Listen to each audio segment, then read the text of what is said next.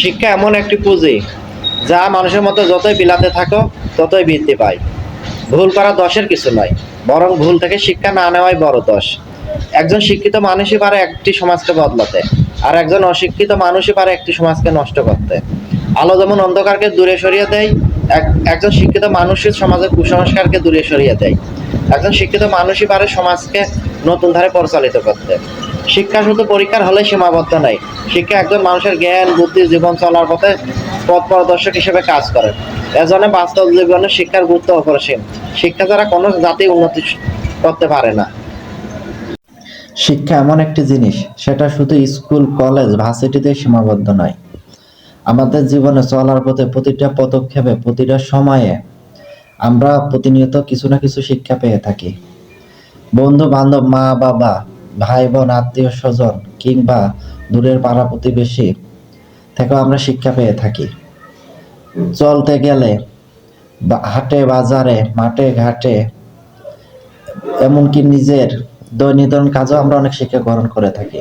এমনকি আমরা অনেক সময় ভুল করে থাকি, এতে অনেকে আমাদের অনেক গালিগালাজ করে, অনেক খারাপ কথা বলে যে বারবার আমরা ভুল করি। কিন্তু সে তো জানে না যে বারবার ভুল করা থেকে আমরা প্রতিটা ভুলে একটি করে শিক্ষা পাই। যে ব্যক্তি কোনোদিন ভুল করে নাই, সে তো কোনো শিক্ষা গ্রহণ করতে পারবে না। বস্তুত আমরা ভুল থেকে সব থেকে বেশি শিক্ষা গ্রহণ করে থাকি। তাই আমাদের বাস্তব জীবনের শিক্ষাটা হলো সব থেকে বাস্তব শিক্ষা, যেটা আমরা পেয়ে থাকি জীবনে চলার পথে। মানুষের অনেক আঘাত যন্ত্রণা, অনেক কথা সহ্য করে আমাদেরকে চলতে হয়। এটাই আমাদের জীবনের সব থেকে বড় শিক্ষা। আর এই শিক্ষার মূল্য যে বোঝে, সে দুনিয়াতে তার সঠিক পথ নির্ধারণ করে চলতে পারে ইনশাআল্লাহ। জীবন হলো তাসের মতো, ক্ষণে ক্ষণে দিক পাল্টায়। সময় তেমন তাই, সময় মানুষকে পরিবর্তন করে দেয়।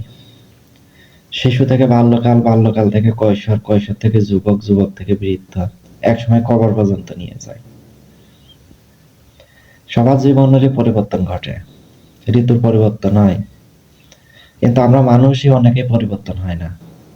অনেকে সুতরাং অনেক সুযোগ পায়, অনেক লম্বা সময় পায়, 50 বছর, 60 বছর, 70 বছর, কিন্তু আমরা নিজেকে কখনো সংশোধন করতে চেষ্টা করি না।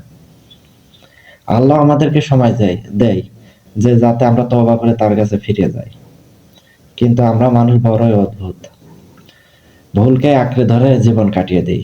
এই আজ ভালো কাজ করব, কাল করব করতে করতে মৃত্যু একদিন এসে বলে আর সময় নেই, ইয়োর সময় ইজ ওভার।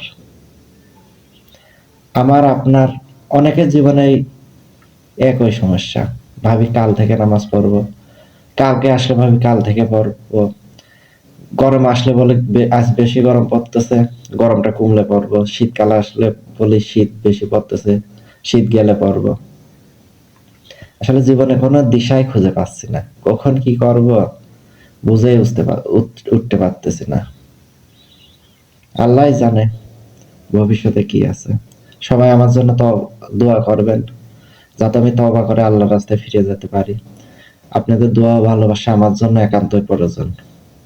আল্লাহ আপনাদের এবং আমাকে সবাইকে ক্ষমা করুক এবং সবাইকে হেদায়েত দান করুক, যাতে আমরা মৃত্যুর পরে জান্নাতুল ফেরদৌসের মেহমান হতে পারি। আমিন।